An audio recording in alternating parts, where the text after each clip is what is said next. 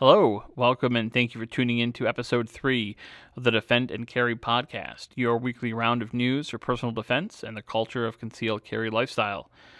Today on the show, we have our friend Brandon from concealednation.org.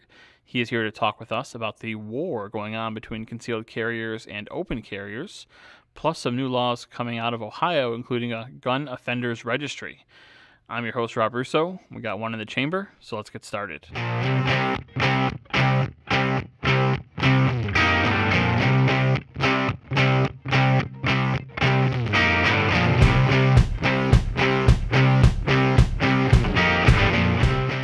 You're listening to the Defend and Carry podcast.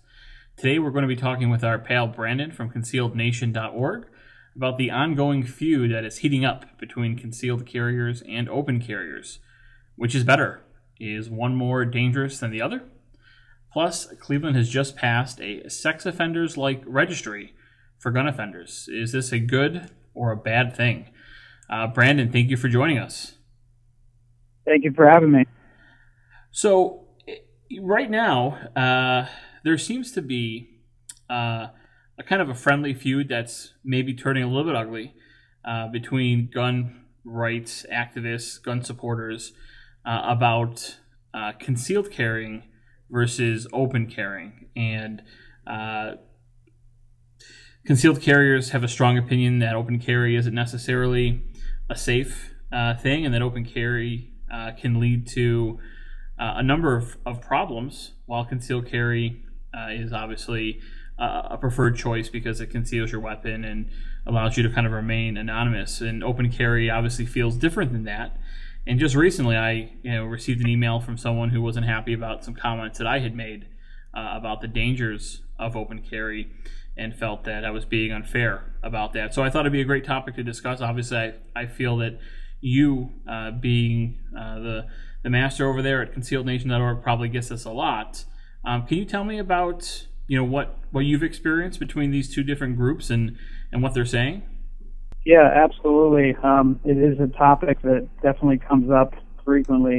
And I remember one time we had an article that spoke about the differences between concealed carry and open carry, and that's when it really started on our page, and when I started to see the extreme side of concealed carry, where people strictly concealed carry, they refuse to open carry, and then you have the other side where people will only open carry and not carry concealed. And then you have the people in the middle that either don't have an opinion or they do a mixture of both. And some of the debates get pretty heated really quickly. And I think that you have arguments for both sides, obviously, like you just talked about, and you also have states that don't offer certain ways of carrying. Like I'm in New York, for example, so we don't have open carry, so I don't have as much exposure to it as other people, in a state that offers it would have. But I still wouldn't open carry myself. Does your state have open carry? Yeah, here in Idaho, we are certainly allowed to do that, and some people do take advantage of that. The two stories that come to mind most recently when it comes to this issue, both unfortunately happened at Walmart. So we had a couple months ago a gentleman who was walking into Walmart and his gun was spotted. I don't even know if he was concealed carrying or if he was open carrying, but this kind of goes to the argument that concealed carriers have, is his gun was spotted by somebody in Walmart, and that person just tackled him to the ground and restrained him and held him there until security showed up and police arrived, and they have the whole thing sorted out. And then the most recent story, which also happened again at a Walmart, a man was there with his family. He was open carrying. Somebody saw the gun, wanted the gun, and attacked him with an aluminum bat, which he was able to avoid the attack and then use his gun to restrain the attacker. And these are the two of the more recent issues that have happened with that. And this is what concealed carriers are essentially saying, is that, hey, when you walk around with a gun on your hip or wherever you're carrying it out in the open, people, are going to be inclined to, either want to take that gun from you, they're going to feel threatened by you because you have a gun, or maybe they'll even call the police on you But in any of those circumstances, open carrying a gun is not beneficial. So open carriers obviously feel different. But are these the kind of arguments that you essentially hear from people who say open carry is bad? Yeah, yep, that's typically what we hear.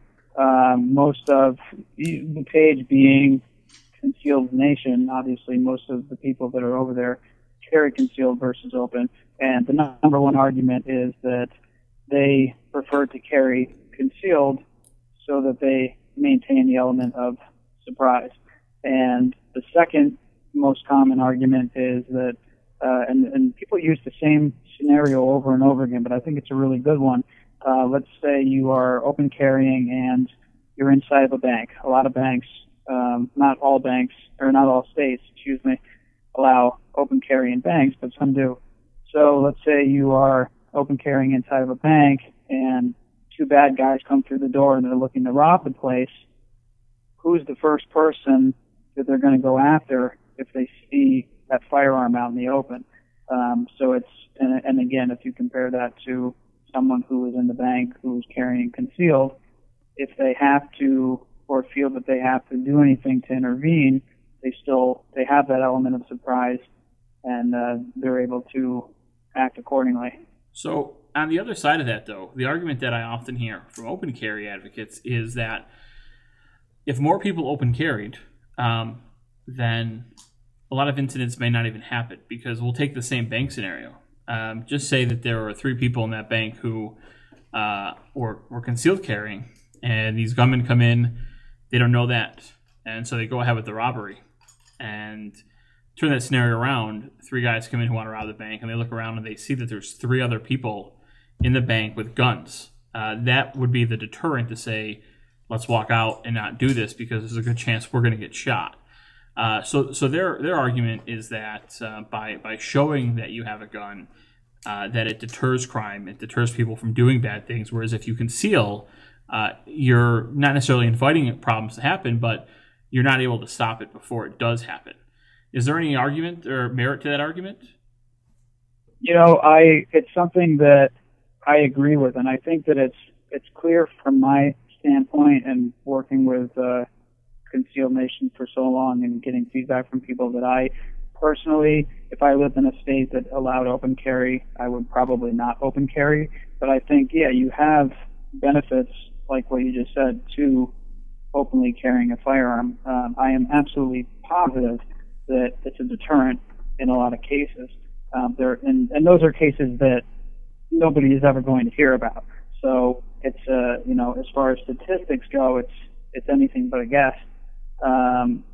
But yeah, absolutely.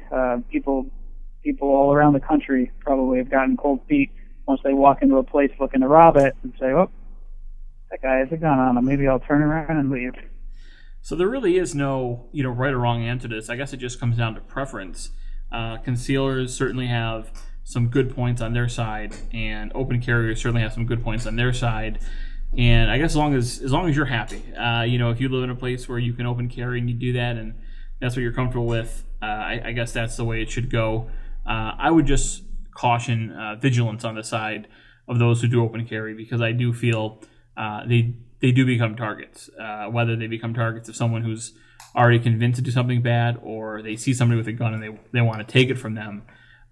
So someone who wants to open carry, I just think that they should be a little bit more careful and mindful of their surroundings and have some good situational awareness, because I think that they will, unfortunately, stick out a little bit more and be a target for someone who's looking to do no good.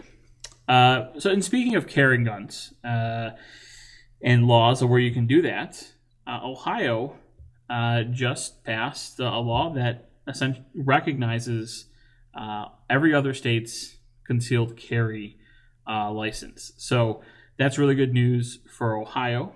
And have you heard anything about any other states, looking to do something like that? And do you think this is something that all states should do, or do you have some reservations about, this kind of national reciprocity? I think that what Ohio has done is going to be something that's going to have an effect on a lot of other states. I think that other states are going to follow. Obviously, not all states. You have your, states that are probably never going to budge, like New York and New Jersey, California.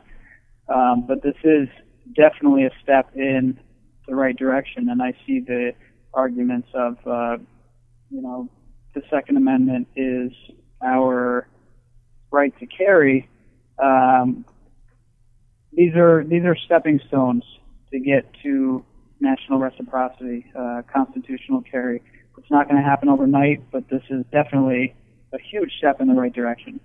So let me play devil's advocate here for a second, because an argument that often comes up on the side of those who are against, nationally recognizing all the states' concealed carry permits, because it varies from state to state on what the requirements are. So, there are very staunch supporters of gun rights who also feel that some training is, should be necessary before one gets a concealed carry permit.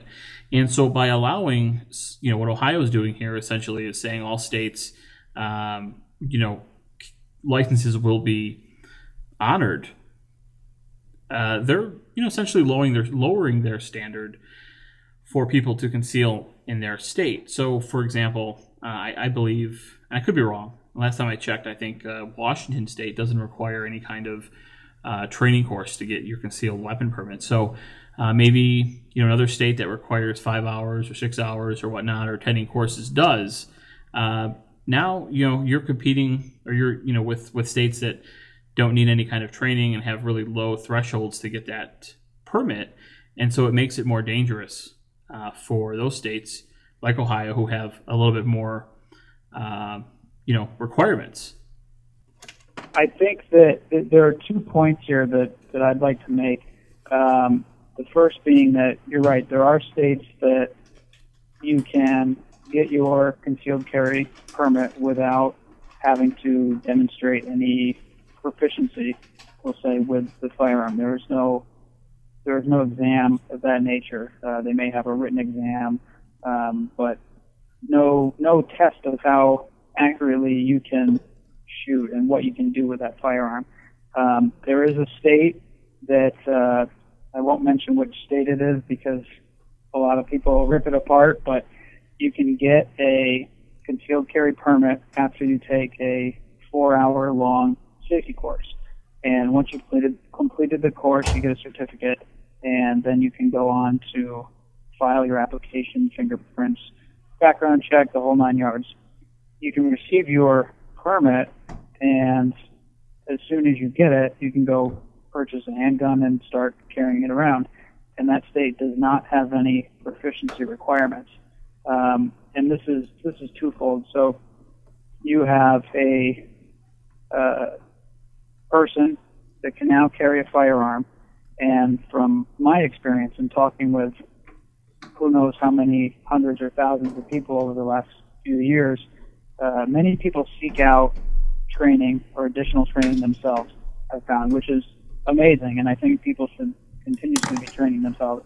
But the thing to take away from this is that that state doesn't have any higher rate of incidences where, negligent discharges or people being unsafe with firearms, that people would say, well, if they had taken a proficiency, training or something like that, they wouldn't have these problems. But the problems aren't there. So I think it negates itself. But again, it is, I feel, important for people to seek out training themselves, whether it's required or not, even if they are required to take a weekend-long course. It doesn't stop there. You should be going out and finding courses yourself and continuously improving, going to the range. So let me ask you, do you feel, on a personal level, if you don't mind answering, do you feel that in order to get a concealed license that somebody should have to take some kind of proficiency training before they're allowed to do that? If I backed you up into a corner and you don't want to answer, you can plead the fifth. Yeah, no, it's a big question. It's a great question, and I've had this discussion with other blog owners because it comes up a lot, and you run into the owning and carrying a firearm is a right and not a privilege. A right guaranteed under the Second Amendment. But on the other hand, I know people personally who have firearms, and they do questionable things. And if I really take a hard look at it and think, should this person have a firearm? Am I comfortable knowing, how they act? Let's say, am I comfortable with them carrying around a firearm? And there have been a couple of occasions where I've said, maybe I'm not, or maybe they should get more training before they start carrying. But again, I feel that it comes down to, the individual, and if it's something that is as far as being required or not. I think that the best answer I can give you is that if it's not a requirement, that person that's getting their permit or that's going to start carrying has an obligation to seek out training themselves, to be as proficient with their firearm that they're going to be carrying around with them. I think it's just a common sense thing. So personal responsibility. If you're gonna, have the permit and carry the weapon, you have a lot of responsibility. So you should take that personal responsibility step and make sure you're comfortable with carrying a weapon and you know how to handle it. Exactly. And going as far as taking courses that involve they set up stressful situations, because we all know that you're going to respond and act differently during if you're involved in an incident like that where you have to draw your firearm. It's a whole other world, and doing that type of training as well, I think, is also important. The more prepared that you are, it's going to benefit not only yourself but everyone who is involved with anything that might happen. All right, Brandon, we're going to stop right there for a moment and take a break for a word from our sponsors. Alien Gear Holsters, the most comfortable and concealable holsters on the planet, is offering big savings with our new 2-holster combo. Now you can buy 2 complete holsters for as little as $49.88. Choose from any available holster styles and colors for the guns of your choice. All of Alien Gear's quality products are made right here in the USA and include a 30-day trial, forever warranty, and free shell trades for life. Visit aliengearholsters.com today.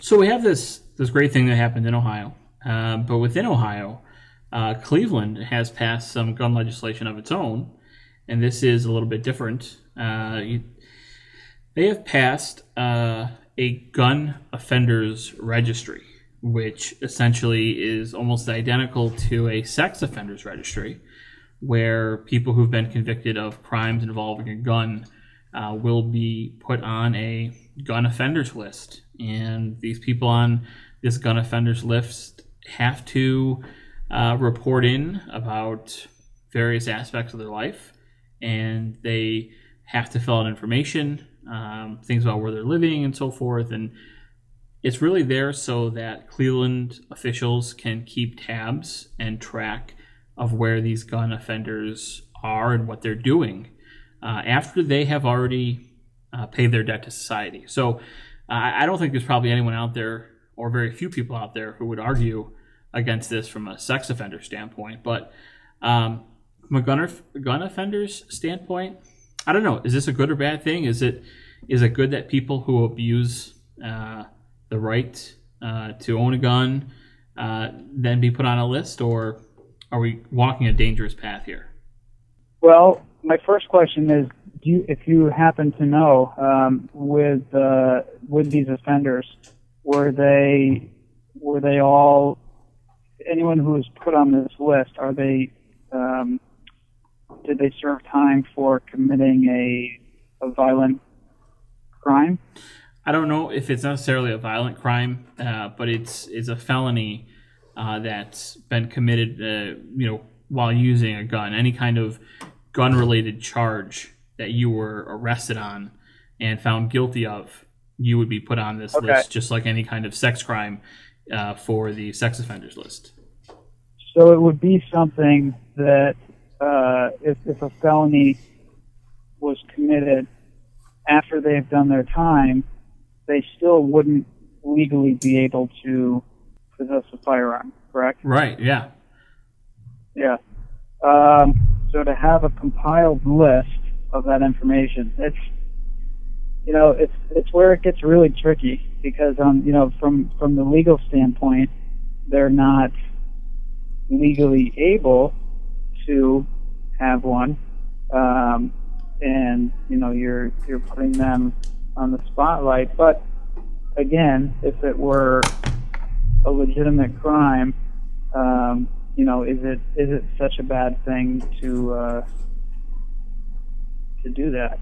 Well, I don't know. The argument here isn't that it's a bad thing necessarily that they are being kept a little bit more under scrutiny and making sure they're not going and committing additional crimes with guns, because people generally feel, especially gun rights and gun right advocates, that there is a personal responsibility, and people who abuse those and are essentially bad guys with guns, that they should be punished. I think the problem here is that by creating this registry, it's almost equating people who use guns with sex offenders. So it's putting a gun owner or someone who may have done something improper with a gun on the same list as somebody who's done something in a much worse fashion. And that's, I think, where a lot of people are finding this to be a little bit disturbing. And I can understand that. I can see where they're coming from. It is a little bit, seems a little bit unfair that someone who, maybe carried a gun in their car and they weren't supposed to, are now being put on a list that other people are going to equate with a sex offenders list. It certainly does a lot to their reputation and to their life should that happen to them. Right, and I think that's where lines have to be drawn. If you have, depending on the severity of the crime, like you said, a person that had a firearm on them and, walked into a place, let's say, or drove somewhere where they weren't supposed to be with that, then receiving a felony conviction for that versus a person who, was committing an armed robbery at a gas station. The latter of that, yeah, put them on blast, put them on a list. They have, shown that they're not responsible, they're not law-abiding citizens, and they are, that's going to be a person that you don't want owning firearms. And, compared to the other, like the woman in that drove in New Jersey, for example, and she had a firearm on her, it turned into a big national story. Something like that, no, keep her off of a list of that nature.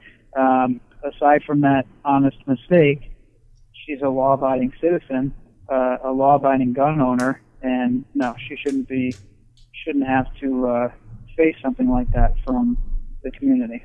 Yeah, there's a certain aspect of this that's about shaming, and I think that's really what's come, the crux of the issue a lot of people have against this is that, there are going to be instances where people are essentially shamed onto this registry for committing a crime that really isn't something they need to be shamed over. That really wasn't that bad. For example, that woman who went to New Jersey. So fortunately, this is just in Cleveland, and this is not something that people are talking about on a national or even state level. So we'll see how it works out in Cleveland, and keep an eye on that and see, if that list and that registry becomes abusive in any kind or is used against people. It'll definitely be interesting to follow over the next few months and years while they work on that and build that. One other thing I wanted to talk about here before we go, you had an article on your website, concealednation.org, about a woman in Alabama who defended herself from her estranged husband who forced his way into her home. And during the struggle, she obviously felt her life was in danger, and she shot him. And when the police arrived, they subsequently shot her. Why don't you shed a little bit more light on that story for us and tell us what happened? Sure. So you hit most of it there in a nutshell. The woman was staying at her mother's house because she was having problems with her estranged husband, and he breaks into the home, and he has a handgun and a knife with him, and so the wife grabs her shotgun and goes into the garage as she sends her mother out of the house and telling her to call 911, go over to the neighbor's house, call 911. And there was a confrontation in the garage where the estranged husband, we'll call him the intruder, pointed his handgun at her, and that's when she shot him. So as that shot went off, apparently, or one of the shots, that's when police were arriving to the scene, and they had heard the gunshot. So they found the intruder and the wife inside of the garage, and they tell her to drop her firearm. And in the whirlwind of things that were going on inside of her head, as she turned to acknowledge the police, her shotgun turned with her in their direction. And, obviously she wasn't looking to do any harm, but it was enough for the officers to fear for their lives, and one of them fired around and hit her. Luckily not life-threatening, but in any event, it's something that shouldn't have happened. And the question here is what could have been done better, maybe in preparation of the police arriving to the scene. So, really though, what could have she done differently? I know, she had to defend herself, and it's tough when you shoot a firearm in a closed environment, in an enclosed environment. And one of the things that I've been reading were people who are trying to give her some slack is that it's very possible that she didn't even hear the police, that her ears were ringing to the point where she was almost kind of debilitated, and she saw them and unfortunately turned her weapon and got shot because of it. I'm glad she's alive and she didn't get further injured. But for those listening out there, what do you think, Brandon, could she have done that should one of our listeners find themselves in a similar situation? What could she have done that maybe would have spared her, being shot and handcuffed? Right. Well, and you're absolutely right. During a situation like that, and I've never been in one, so I can speculate and I can take away from other scenarios when people give their firsthand accounts of what was happening with them. But you just shot someone, and like you said, and you're in a closed environment like a garage. You're going to get more of a concussion from the shot. All sorts of things are going to be happening. Tunnel vision and everything like that. So it's very possible that she didn't even know who that was ordering her to drop the firearm. But in any event, and I wasn't there, but I would say that under the circumstances and under the stress and everything with the situation would be to she had her intruder down. He was on the ground, and I would hope that she was able to get his firearm, and the knife away from his reach, so that she had complete control over the situation and didn't have any visible threats at that point. And at that point, she could take a look and see what's going on, maybe outside, hear for sirens, and have her firearm somewhere where it's not looking like a threat to anyone who's going to walk into that situation.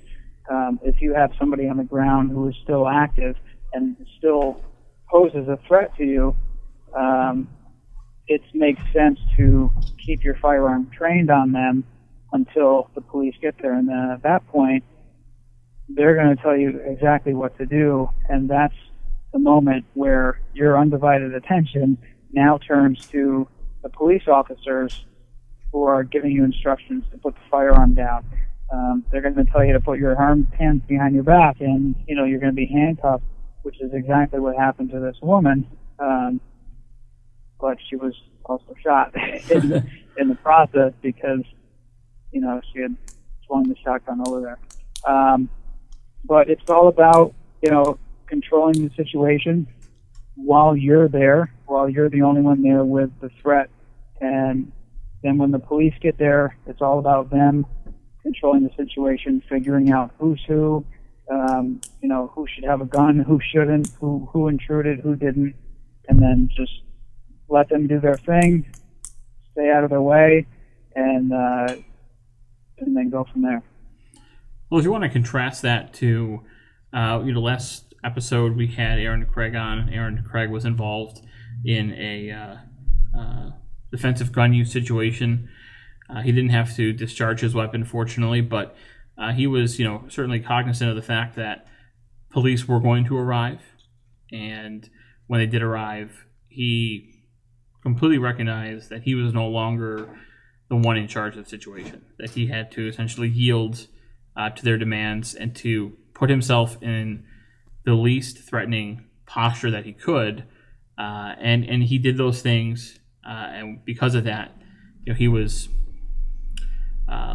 let go that day. He wasn't harmed in any way, and they really appreciated it. They even gave him his gun back before he left the scene. So there's definitely different ways you can approach situations like that. Certainly without being in a situation, it's hard to know how you'll react. But if we can contrast the two, it certainly seems like the best thing is to recognize that in situations like that, especially if you've asked for someone to call the police, that they are going to arrive, and to be mindful that when they do get there, their lives are in jeopardy as well when there's a live firearm on the scene. So to be aware of that and to make sure you follow their orders so that they can take over and everything could be done correctly. Absolutely. All right, Brandon, we appreciate the time. Some really good insight there, and you cover a lot of great stories on these kinds of incidences. So if our listeners out there want to check out Brandon's site at concealednation.org, and also don't forget to check out defendandcarry.com for more Defend and Carry news. Thanks again for joining us, Brandon. Thanks so much for having me. Appreciate it. All right, take care. And remember to check in next week for another episode of the Defend and Carry podcast. This podcast is sponsored by Alien Gear Holsters. For the most comfortable and concealable holsters available, check out aliengearholsters.com. And as always, defend and carry.